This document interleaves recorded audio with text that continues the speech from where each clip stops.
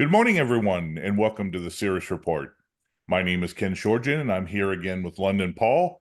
And despite the fact that we had some in-depth discussions on Russia and what's going on in the Kursk invasion, there is some new updates that we have. Along with this, we're going to take a look at a couple other items, significantly the arrest of the Telegram CEO in France, and what is going on in Israel with Hezbollah. Paul, I want to thank you as always for being a part of this discussion. And wow, I'll tell you what, things escalated overnight quite a bit for the whole weekend. Yeah, well, obviously, thank you as well, because it's teamwork, as we know, and we work much better together than doing monologues. So thanks as well, Ken. Yeah, I mean, obviously, there has been a lot of speculation regarding what was Russia's response going to be to Kursk, and was it going to be symmetrical, asymmetrical? What would happen? Now, tellingly, throughout the course of the 2.5-year war, Russia has absolutely at times struck key infrastructure, whether it was electricity lines, substations, whether it was gas compressor stations, and other infrastructure. And they've severely weakened the overall energy infrastructure across Ukraine. And we mentioned this before as being something that the Ukrainians are very, very mindful of as we come into the winter, when energy demands are a lot higher, of course. And there was concerns if Russia was to start bombing or striking infrastructure with missiles again, that this could have serious ramifications for Ukraine. Now, it's nothing to do with that statement per se, why it's happened. Of course, this is clearly a reaction, or one of a number of reactions we will see with respect to Kursk. And overnight, and in sort of early hours or into early morning local time, there was an enormous barrage of Russian missiles, which was Kinzhals, but also using drones, that struck targets all over Ukraine, not just in the east or in say Donetsk, or it was everywhere, the entire country. And the targets were clearly energy infrastructure based, so electrical substations were struck everywhere. So I'm not going to list all of them because there's no point, but certainly there was in Kiev, there was ones in Nikolaev, Odessa, Dnipro, but also in the west as well, amongst a whole bunch of regions. Now, also what was struck was gas compressor stations. That was in Lvov and in Kharkov and in Ivano-Frankovsk. Now, what are the points of gas compressor stations? Well, they obviously ensure the operation of gas transportation system within Ukraine itself. So that's going to have a pretty serious effect, I think. And I'm not listing all the sites because there's no point that was struck. Now, this is speculation, and it might just be factually incorrect, of course, but we're telling you because it is a point of interest, but file it as speculation. And what that was is that there was claims that in Ivano-Frankovsk that there was not just gas compressor stations hit, but something was hit that had F-16s in. Now, this could be true or might not be. If it is true, then one would assume several F-16s are being destroyed. And there's been, just as a side point, a lot of speculation that all these F-16s rolled into Ukraine and have not been utilized. There are rumors that, in fact, the pilots they've trained aren't able to fly them. When it comes to the heat of battle, they don't want to fly them. And now they're trying to find F-16 pilots who've retired from, whether it's the United States Air Force or other air forces within NATO, to fly them. So the argument can be, well, they're not NATO pilots. They're ex-NATO pilots. Okay, it's splitting hairs, so to speak, but that's another rumor. Again, that needs to be verified. But coming back to the infrastructure that was struck, there was definitely storage sites for aviation weapons that were destroyed at numerous. So some of them were at airfields, some of them were just at storage facilities. So what can you say overall? Well, clearly there has been significant disruptions in power supply. Also, this will severely impact the railway transportation of weapons and ammunition to the contact line, particularly, obviously, in relation to where most of the fighting is currently occurring in Donetsk. I mean, already Ukraine's in serious trouble, as we've said previously, because of moving a lot of the military personnel away from the contact line and into Kursk. So this is clearly, from the Russian perspective, a statement of intent going, well, we haven't bombed infrastructure, but arguably it was the biggest attack that has happened in the entire war. And in essence, it proves the point that if Russia wanted to, it could probably take out just about all the energy infrastructure in Ukraine. If it did, though, that would affect millions of people. And whether people believe it or not, and there's people who are going to completely refute what I'm about to say, and that's fine. But the Russian intention has never been to kill civilians. Civilians have died, of course they have. No one's disputing that. But if they were to go and destroy all the energy infrastructure, then it's going to affect 10, 12, 15 million people. Okay, the argument is it would end the war almost immediately. But this is something after there's clearly a response to what's happened in Kursk. The other thing that's worth noting is part of the reason why all these missiles struck their targets is because the Ukrainians moved all the missile defense systems into the Kursk region. So they left the rest of the country as sitting duck targets, and that's precisely what's happened, because the missile defense systems were non-existent. Now, admittedly, quite a lot of them have been destroyed, but still, it is rather a foolish policy decision to not only move all your forces out of the contact line in Donetsk into Kursk, or in the vicinity of Kursk, obviously around the border between the two countries, but also moving all your missile defense system leaves the rest of your country vulnerable. So it's like they're throwing the kitchen sink at Kursk. And that's frankly ridiculous and idiotic, is being polite. Just a small point with Kursk now, the amount of Ukrainian personnel who've been killed is over 5,000, and it's increasing by hundreds a day.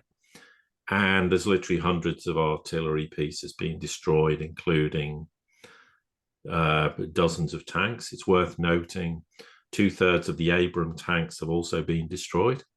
So much for the game changer. And again, this is why the Americans never wanted them sent there, because they have to suffer the humiliation of all these US game changers being easily destroyed and picked off over a period of time. But I think it's a point worth making with regards to the whole situation that Russia is going to respond. It is responding. And of course, this has created a huge wave of panic inside Zelensky's government. They're now screaming again for more money, more missiles, more missile defense systems, but it's not going to save Ukraine from the fact they've already lost the war. And the policy decisions that they made with regards to Kursk are, frankly, ridiculous. As I said, and that's being diplomatic, but in a broader sense, it's abject stupidity, because they've just left the rest of the country open. And here's the question. The suggestions they may have up to 10, 11, 12,000 military personnel inside Russia now. I mean, how are they ever going to fight a war or a special military operation, as Russia calls it, inside Russia with that many military personnel. It's impossible. It's rather like when Russia had 30,000 military personnel surrounding Kiev and all these arguments Russia couldn't take Kiev. Well, no, they couldn't, because you couldn't take a city with 3 million people with a force the size of 30,000. It's impossible. So, and it's not 12,000, of course, anymore, because at least 5,500 have been killed. So there's very little left for them to fight the war. So it's just another example where there's no thought being applied to this. And, increasingly we're still in a minority of one who is absolutely adamant that the United States were not behind this. There's now rumors the UK was behind these attacks. There's no evidence to support this. This is just speculation and this ongoing belief, well, Ukraine couldn't do this on their own. Well, trust me, Ukraine's perfectly capable of doing something as idiotic as this. And there is no way, as idiotic at times the West is in policy decision, they would have left the entire contact line in the country subject to any missile strikes the Russians want to make at the moment, all to make some point in Kursk, and somehow that would change the course of negotiations in the future. Yes, the West's stupid, but they're not that stupid. And also because they know full well there are going to be serious consequences. And one example of those serious consequences is precisely what Russia did overnight, which I think is arguably the largest missile strikes they've had in one sort of operation throughout the whole of the war. That speaks volumes. There were three things that stand out to me that after last night's attack, Russian retaliation, is one, we're now getting just a couple months before the winter season really starts to kick in, late October, early November. So you start going after the energy, you start going after the electricity grids, you start going after that. And the people, this is the best way to demoralize the people from wanting to continue the conflict going forward. Two is when you start taking out infrastructure in important sites like that, Ukraine has conscripted nearly every mouth-breathing male from age 17 to whatever and put them through the meat grinder. Who is going to be able to really rebuild and reconstruct those destroyed infrastructure? The expectation might be some contractors or people from Europe and NATO, but are they really going to want to come in there and become open season targets? Because obviously if Russia sees those sites being rebuilt, they'll just go bomb it again. And guess what? Those contractors, those NATO or European mechanics aren't supposed to be there anyway. So they're not going to think twice about it. The third part, important part is the fact that Ukraine, I think more and more, is their government it's becoming untenable, just like you mentioned. And Zelensky, who went from crowing about this attack and how it's going to force Putin to the table, and we're thinking about keeping Kursk as a buffer zone permanently last week. When he came out today, he was in desperate straits. And the fact that I think the only thing he's actually gotten right was when he lamented that the Israeli Hezbollah and Hamas conflict has now taken the site from the United States away from Ukraine, and they're more focused on that. And sure enough, the U.S. really is not doing anything. The latest money and arms that are being sent from the U.S., 125 million went to Israel, and nothing over the past month has gone to Ukraine. So in essence, Ukraine is being thrown under the bus. Zelensky it's just like we mentioned last week, doing desperate acts to try to save himself, try to save whatever remains. And I truly think that, and you mentioned this, I think, last week as well, Europe is tired, is done with this. They thought it was just going to be a quick force Russia to capitulate, and then they could continue on their movement of NATO right up to the Russian border. But as we've gone into 2.5 years now, they are tired of it, and they want to wash their hands of it as quickly as possible. Whilst at the same time appearing to be totally supportive, which they have to, for all the political nonsense that, of course, exists in the West. I mean, you can have privately one thought process, but publicly you have to appear to be saying things very differently for all the reasons we've highlighted before. So we'll obviously continue to discuss aspects of Ukraine as and when, there is a need to do so, but constantly discussing what happened today when Russia advanced 5 meters or 5 kilometers really is of no value, particularly as nobody really knows, as you said before, what's going on the front line. It's just speculation, and really speculation, particularly speculation in that regard, really adds no value. So what's the point from our perspective anyway of discussing it? So another point we want to make reference to, Ken, was, and you mentioned it, was obviously the Telegram CEO, Pavel Durov, was arrested. I think he landed in his private jet in France.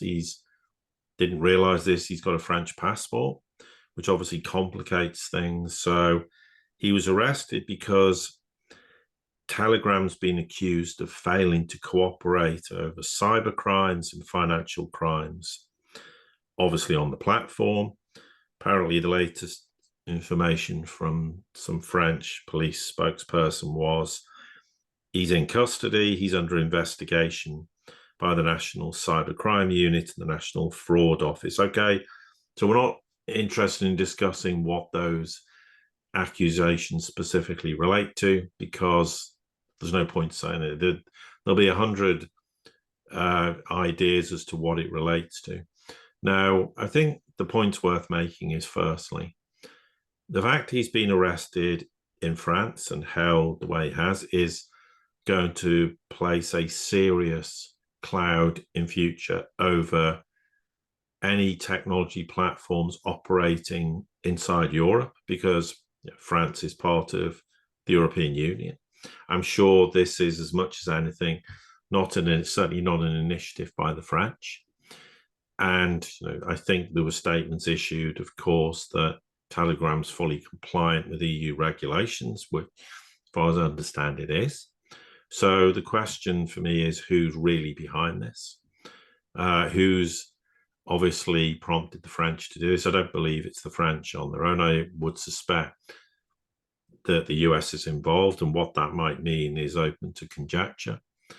But clearly, if you've got a technology platform in Europe, well, what happens if somebody suddenly decides that, well, you're the CEO, you're responsible for every comment that's ever made or will be made in the future, and we're going to hold you accountable? I mean, it's very difficult to manage an entire platform like that and assess every single comment that's ever been made. Now, okay, there are examples or accusations or claims that, particularly sensitive information was put somewhere on the platform and wasn't subsequently removed. Now, that's open to conjecture. That is an allegation which needs to be substantiated or refuted one way or the other. But in general, this sets a precedent, because you could then argue, well, if you had any platform that people message each other, or potentially a platform where information can be stored or comments made, then everybody becomes potentially a target, where someone could make a statement which is highly inflammatory. It could be illegal. It could be sensitive information that someone mentions. And then the question is who's responsible? And this opens up a can of worms and is potentially extremely concerning as to what the ramifications will be. Okay, we don't know at this point what's going to happen with Durov, and we'll wait and see what the outcome is. But I feel this is potentially a serious problem for all technology platforms, or any platform, as I said, where people share information or information's published, and has this set a precedent in the future. So the argument could be, and I'm not suggesting this is the case, but let's look at the X platform.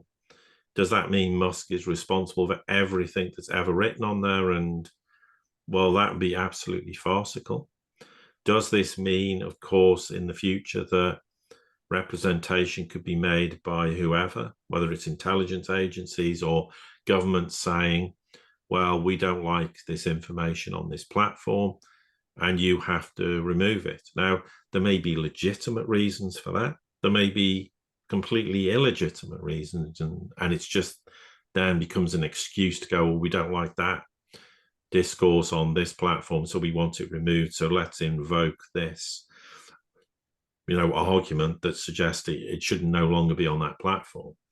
I mean, and that then is another grey area. So this, we'll see what the fallout is.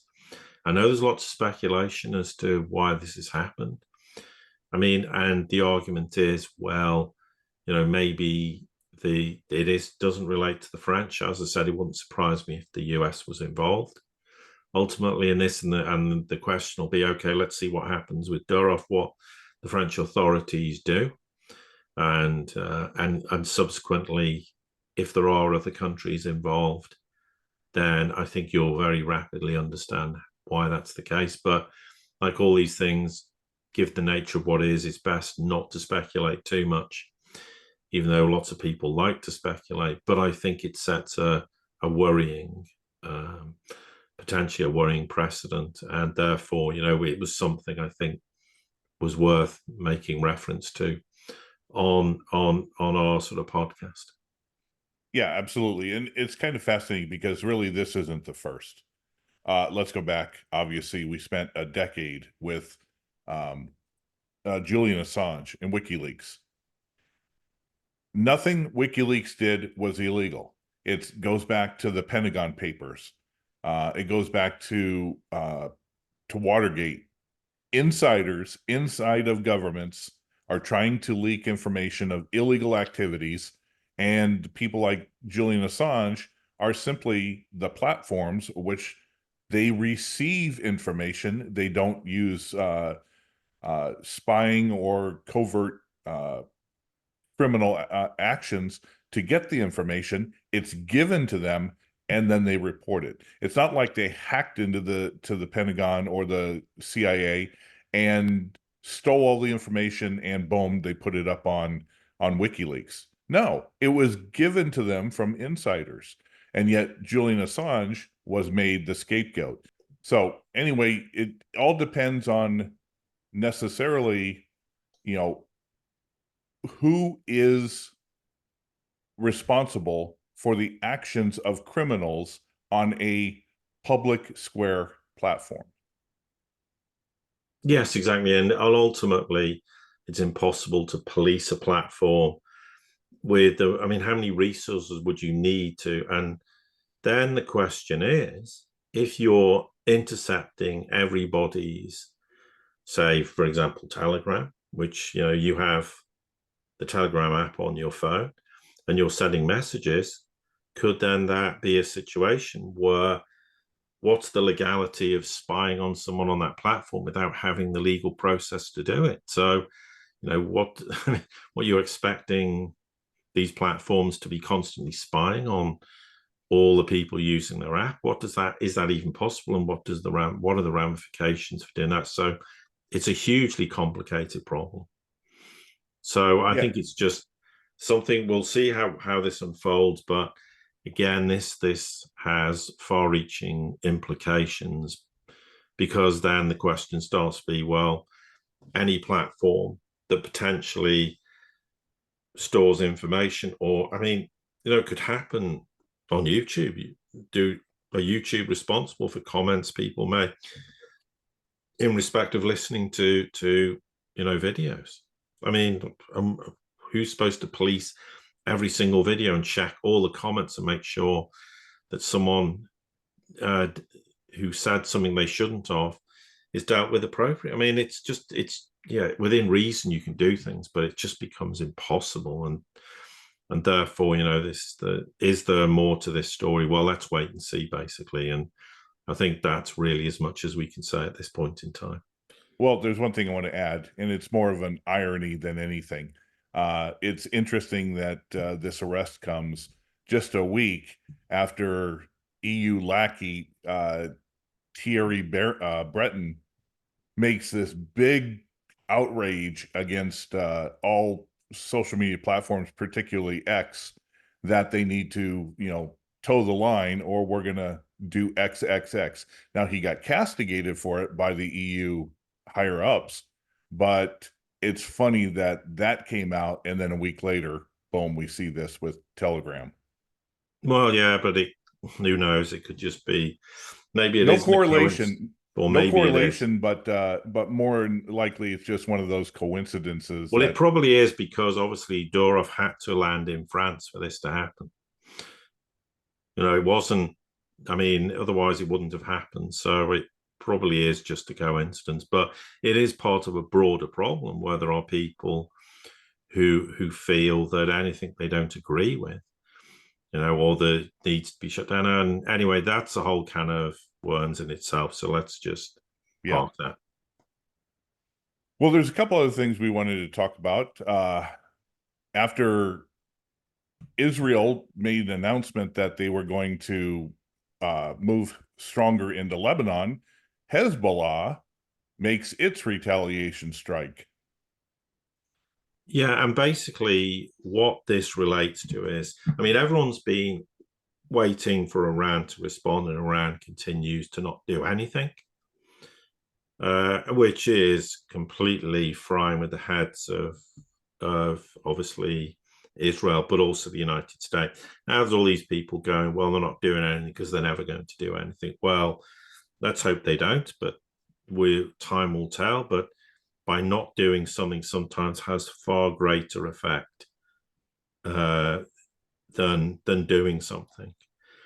Now, obviously, we know that Iran is, or the idea is they'll respond because of the killing of the former Hamas leader, Haniyeh. Well, with respect to Hezbollah are expected to respond, this was because there was the killing of its senior commander, Fouad Shakir, which was in Beirut in July. Now, Hezbollah has clearly come out and said, well, this is in response to that. I think there was over 320 missiles launched.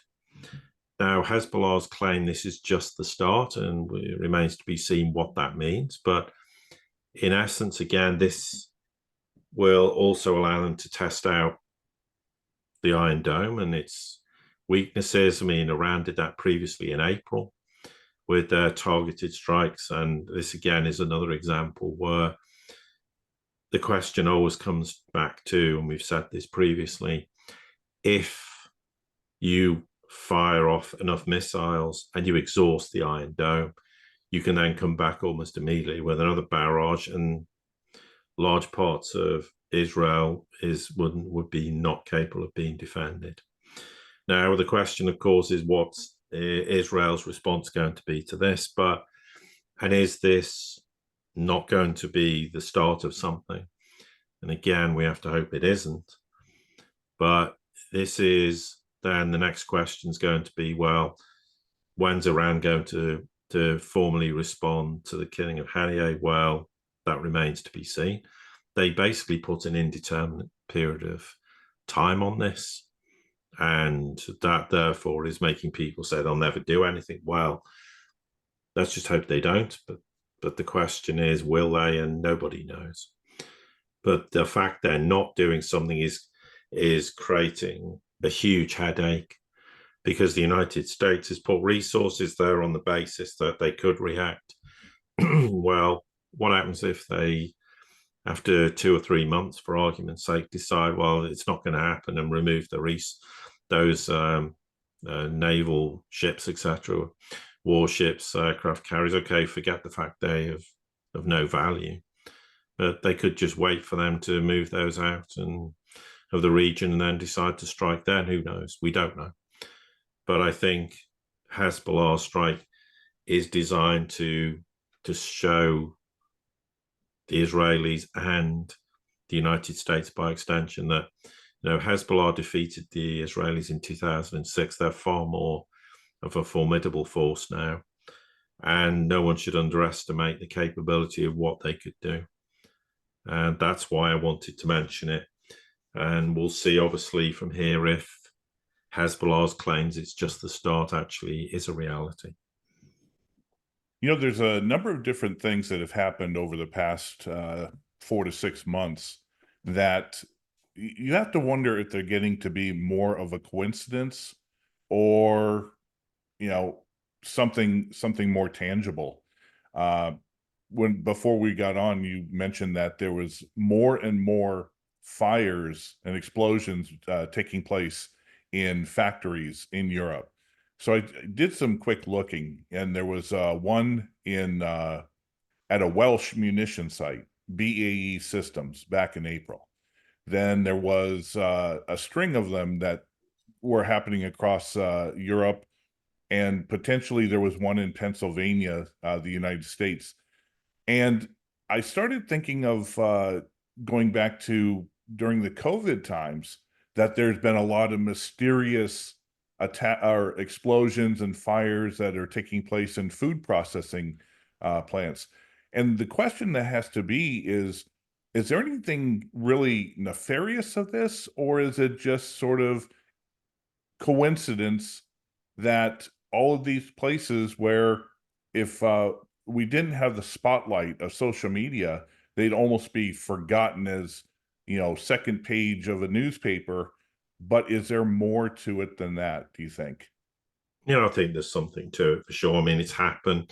The Germans have got so concerned recently. I mean, they've come out and effectively, because they've seen some very strange drones operating in obviously inside German airspace. There was some sort of claim that one probably came from the direction of Ukraine, but that could mean anything. We don't really know, because the argument is it's Ukrainian, but it could have been Russian, for argument's sake. We don't know. But there's certainly evidence of drones. There is evidence that some key kind of military type installations have been struck in the West. And it implies nefarious behavior. These are not, you don't get fires at all these establishments. And even though they're obviously, but only if you did have a missile strike, then it would be, you create fires, of course. Now, the question would be, if that was indeed the case, it wasn't just a coincidence, then you'd expect the West to be going, well, making some sort of big deal about it and saying, well, excuse me, we've been, attacked. This is, and accuse someone like they always do, whether it's the Russians, the Iranians, the North Koreans, the Chinese, anyone who it considers to be an adversary. And they've largely not made any comments. And it's probably because sometimes in these situations, it's better to say nothing, because the implication could be that, then the public's going to be very nervous and anxious, because, therefore critical infrastructure can be attacked inside the Western countries, and there's nothing we can do about it. I mean, so with regards to Germany, it's worth, and this is a recent development, that they've opened this investigation because they've seen drone flights over critical infrastructure in northern Germany. They think it's espionage. And, because they've seen this repeatedly happening. I mean, obviously, it's under an investigation. It's clearly a matter of national security. So no one's going to say anything specifically about it. But clearly, there's no-fly zones that are being violated over nuclear power plants, as one example. This is not a coincidence. This is not an accident. Now, okay, it remains to be seen, where do these drones come from, and what's the range of the drones? Has anyone identified them? These are all questions that haven't been answered, but there is a pattern to this, and we've mentioned it because clearly there is some reason to be suspicious as to that. And okay, if drones are flying over places with no fly zones, that could be a reconnaissance mission. They're not there to blow up a nuclear power plant, clearly, because they would have done so. But it does raise a question. It's not something that many people are talking about. So I just thought it was a point of interest but I don't think it's a coincidence that there are key installations. I mean, you do make the point, Ken, yeah, there was a lot of food processing plants going on fire during the pandemic, and okay, particularly in the US. But this is different. There's definitely been key military type installations that have been going on fire, and I suspect it isn't a coincidence. But the fact not a lot's been said about it suggests there is concern in the West. But I mean, equally, they don't want to make a big point that, well, we're vulnerable to drone strikes. But I mean, the truth of the matter is countries are now. I mean, look in Russia, where a drone was downed over the Kremlin, which could, who knows what damage that could have caused. And presumably the target was Putin. But you get the idea. It's very difficult these days to defend your country against drones, because you could have countries where basically there's a swarm of drones. You can't shoot them all out the sky. So it's increasingly a problem. And I do think it's part of a broader concern that this could be obviously targeting critical infrastructure or whatever, or military installations, or where military hardware is produced. And evidently this is happening, and I don't believe they're all fires. Okay, people will say, Paul, for once you're speculating, but it is speculation. I'm not saying that it isn't a coincidence and they are just burning down for no reason, but I don't believe that to be true. Yeah, and you make a great point, because not everything has to come directly from a sovereign policy. With so many different insurgency groups, or freedom fighter groups, or private security, or other allied nations that want to take it upon themselves to do something, you just really never know if something is directly attributed to the combatants or those in the spotlight, versus somebody from somewhere else who eventually takes responsibility and claims for it. And they may not actually have been the ones to do it, and it muddies the waters.